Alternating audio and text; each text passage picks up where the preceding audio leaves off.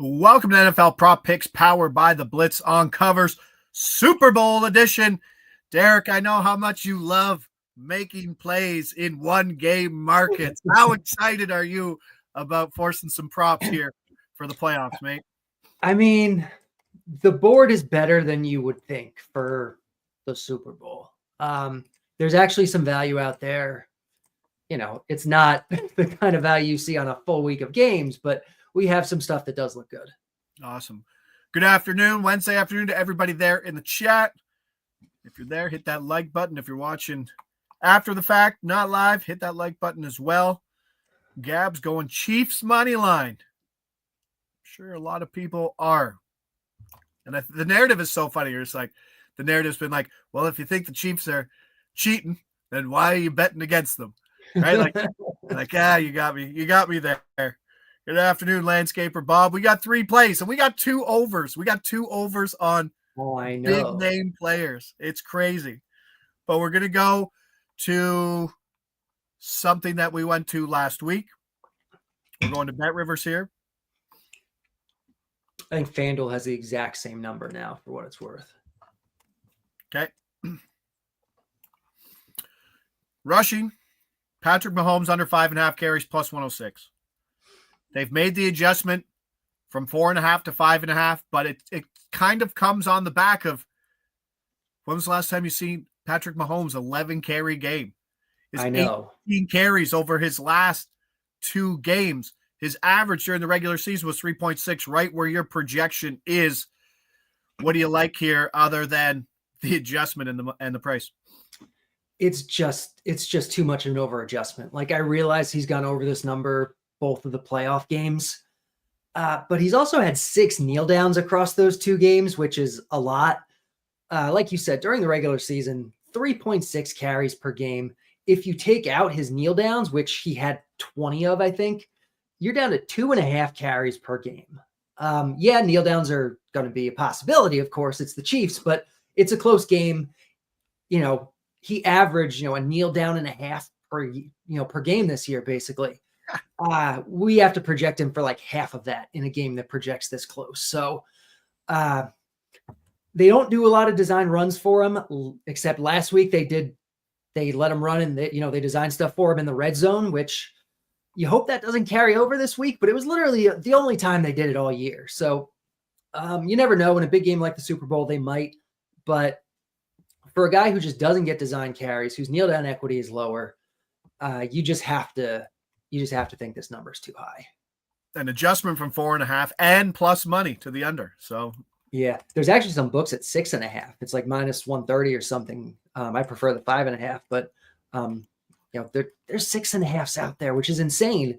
And a lot of games this year, he was the 3.5 prop guy. So I don't know. I'll take the under on this and just hope I'm not missing something. All right, next one. Red Caesars.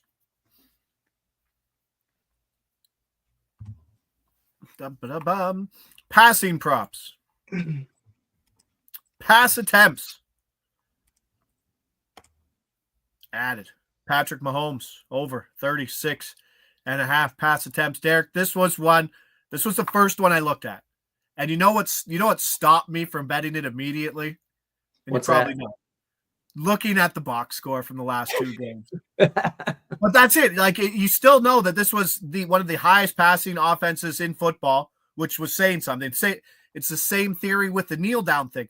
This is the pass first offense that was playing with, like, that was a winning team, right? You know what I mean? Like, there's a difference between being pass heavy and losing constantly. So Mahomes over 36.5 pass attempts plus 110. You have a projection of 40. He's gone under this number by 10 and 11 pass attempts in the playoffs. Guess what? The total hasn't moved. 47% pass rate in the playoffs, 58% in the regular season. Could be a different story here. Yeah, it's last game especially, their pass rate was way down. The first game, I think it was more a matter of volume than anything else. Like, they ran, I think, the fewest plays that the Chiefs have run all year 2 weeks ago. if you look at the actual rate of their passing, it was actually still very high, especially when you adjust for context. So I'm not overly worried about the Chiefs all of a sudden deciding to run the ball in the Super Bowl. Like, this is the Chiefs. They're pass heavy. It's Mahomes. They're in a dome, which means more passing. So yeah, I'll take the over on this. I like it. And it's not like it should be a close game. It's not like they should be ahead, where they can run the ball. Like, they should be throwing the whole game, basically. Okay. Like it. Play 2. We got a Patrick Mahomes over on the card. Look at that. But this is one that I believe we've hit this before during the regular season too, right? Early in the year, we had a couple of these. Yeah. We have not seen value on this side in quite a while, but it's here today.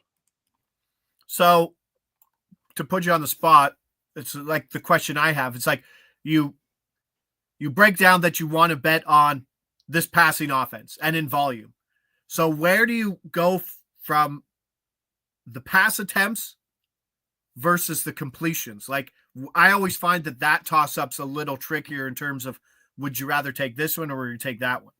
Yeah, it's really about just kind of about where the projection lies. And it's really strange. Like, a lot of times you'll see, okay, there's good value on this one and a little bit less value on the completions or whatever.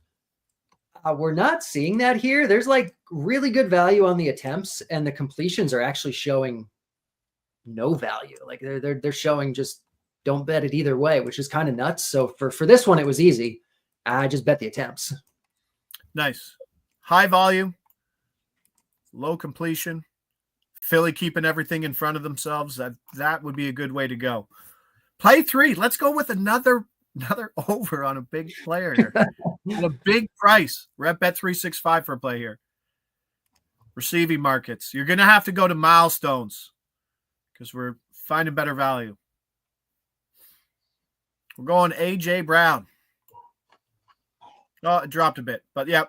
A.J. Brown. Did the market go there, or it's 6+ in the milestone, or over 5.5? You can find it. The market's kind of bouncing between the 4.5 and the 5.5 right now, but yeah, check those alt prices. Especially, we tell you to shop around on those alt prices right now, because I think Caesars is like plus 113 and this was plus 140, like for 2 seconds to go over and find it. Here's something tricky. Put up a 696 one last week, 6 catches, 96 yards, touchdown on 8 targets. Do you know what his line was in the Super Bowl 2 years ago? I do not. What was it? 6 catches, 96 yards, 1 touchdown on 8 targets. The exact same line that he posted last week. I'd be fine with it. I'd be fine with it here. Yeah, I'm just saying that's probably like a less than 1% coincidence in terms of all those numbers lining up. But no one's going to say no to backing A.J. Brown now that the offense has some more time to rest and the pass game looks like it's back on track. Yeah. It's not often we bet overs on stars, especially in as big a game as the Super Bowl. But that's what we're doing here, because that's what the value is. The Blitz is projecting a little over 6. And so if we're getting this at plus 135 or something, we're getting good value on it. It's indoors. So again, passing attempts should be up a little bit. Passing efficiency should be up a little bit. Philly has wanted to do nothing but run the ball for most of the year, but in a game against the Chiefs in a dome in the Super Bowl, are they going to have that luxury? Are they going to have to throw more? A.J. Brown has kind of had his ups and downs, but the targets are there. And yeah, there's value on this line. Kevlar saying, I've been leaning heavy on Mahomes under for his passing yards, with you taking his over on attempts. Should I stay away from taking his under on yards? That's a good question, but it seems like it just seems like a high volume, low efficiency kind of game for Mahomes is how you have it projected, no? That's kind of how it is projected. Yeah, like the yards again, I think the line's like 250, 252, something like that, depending where you're looking, and the Blitz is projecting 255. So I wouldn't bet the under, but it's not like it's showing a value on the over either. Interesting. Looking at numbers there's some 253s out there. Looks like there's a random 259 out there.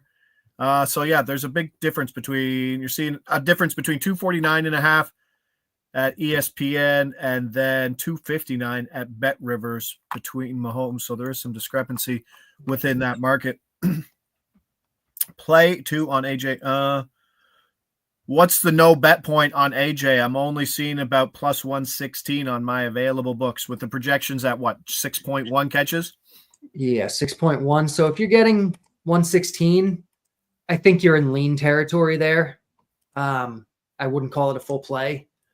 As you get closer, 110, 105, definitely even money. I think I'm out. It's a good play, but it projects as like a 55% winner. So if you're going to get good odds on it, great. If you're not, then you probably just let it go. And you get to bet on AJ Brown in the Super Bowl. I know. You actually get to root for something fun in the Super Bowl. It's not like, hey, Demarcus Robinson, don't catch the ball. Yeah. Like, no, you actually get to be involved with someone who's going to be involved. So that should be worth something in terms of the ROI for entertainment value.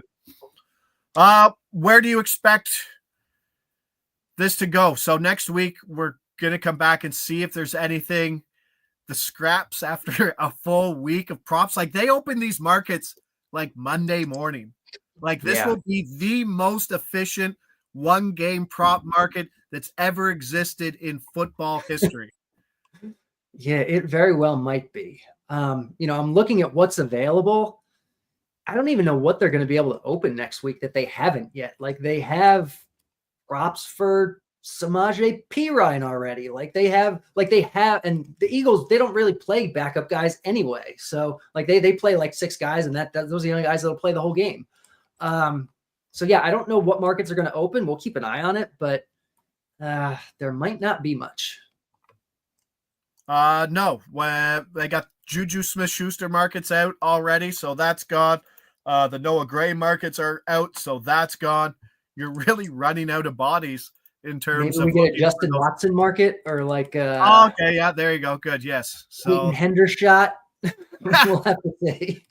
Yeah, that will be the next Wednesday show. Yes. It won't be Patrick Mahomes something. Unless we do get some injury news or something, but I mean that's gonna be few and far between. It's interesting to see that with the Jalen Hurts injury news like 2 weeks ago, leading up to the game, there's still some inefficiencies in how they move those numbers. You saw his rushing yard drop to like 31, which was usually like a 41 market, and it's slowly getting back up there this week. I think there were some 35s. I think you project for around 50 yards from the blitz in terms of his rushing. Yeah. But outside of that, have you seen anything else move in terms of Monday to today that maybe looked good early but has been bought up? I didn't look Monday, but I looked early Tuesday morning when I first ran the projections, and there was definitely more showing up at that point than there is now. I can't remember exactly what it was, but I know there were some receptions markets showing good value, and now they've all become much more efficient. There's nothing that looks like great value anymore on that outside of that AJ Brown alt. Public bet the over, so we hit the unders. Yes, that's another good point, Malcolm. I appreciate it. That could be another scenario where more value opens up with everybody hammering overs, and that is possible. Yeah. If the markets keep moving and moving and moving, we might be incentivized to bet some unders. All right, but that will do it for the early edition here for the Super Bowl. Anything that you're looking into next year in terms of, I don't know, your process of how this year went, which was profitable, to where you go next year? Were there any things in terms of rule changes or just, I mean, you had to deal with new kickoff rules this year, the new offensive line call that the Kansas City right tackle created because it's 14 miles off the line every time, the illegal procedure, the legal formation, whatever it is. Is there anything that you'll be looking into change next year? It's still really far off. After the season, I kind of don't want to think about it until next year. No, after the season, I take some time and I break things down, but haven't had too much of a chance to really look into what's going to happen for next year yet, in part because baseball is coming up in a couple of months, and I've been very, knee deep in getting baseball stuff going. So, I'll circle back to next year football in a couple months, probably. Baseball season, Derek, early, I don't know, call. I mean, I haven't even seen any fantasy stuff really out there, but I'm not in the community that well. where do you see someone maybe like outside the top 75 who looks like could make a big jump this year?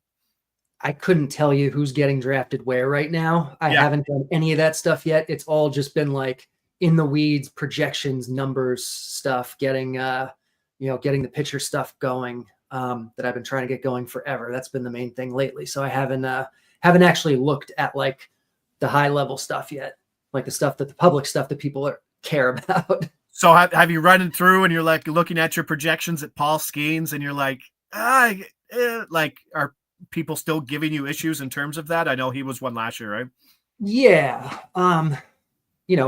Guys like that who have a super, he only had like 9 or 10 minor league starts before he came to the majors. Like his sample size was tiny. The scouting reports were good and the stuff was good, but a projection system has a hard time accounting for that type of stuff. So the upgrades I'm making are going to make it so much better in terms of identifying pitchers with good stuff or bad stuff, or pitchers who have changed kind of their repertoire and that type of thing. So I'm excited about that. That's been in the works for a long time, but it's coming along nicely. Nice. Producer Mick saying, hit that like button if you haven't already. Appreciate it. Russian 05 saying, must be a Toronto fan. Anthony Santander for 50 home runs, 30 plus last year in a bad park. What do you think? You never know. I've always liked him. I think he's good. 50's probably pushing it, but if you get odds on it, then maybe.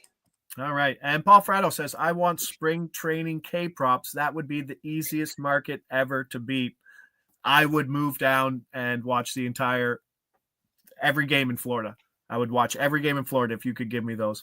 You'd be banned. It's a matter of figuring out how deep the guys are going to go, right? If you know the guy's going to go one inning, then, the lines are probably not very efficient in terms of that type of stuff. I have never tried to do it. Never going to exist. It's never going to exist. Oh, you're not allowed to bet when you're seeing guys wearing double ear flapped helmets and numbers above like 50 in the lineup. Those are they don't really actually have those props. No. Oh, I thought they did. They don't even open up like the totals until like late because the wind in Florida is absolutely insane, right? Like in some of those parks. Yeah. Arizona, not so much. Don't have to worry too much, but Florida, there's certainly some edges. But baseball season around the corner. That's exciting. One more football game in the books. We got 3 plays, 2 overs on star players. We'll be back here Wednesday, seeing what they left us at the table. Leave it at that. I'm Josh Ingles. He's Derek Carty. This is NFL Prop Picks powered by the Blitz. Thanks to everybody for watching. Hit that like button. Thanks to producer Mick. We'll see you back here next week.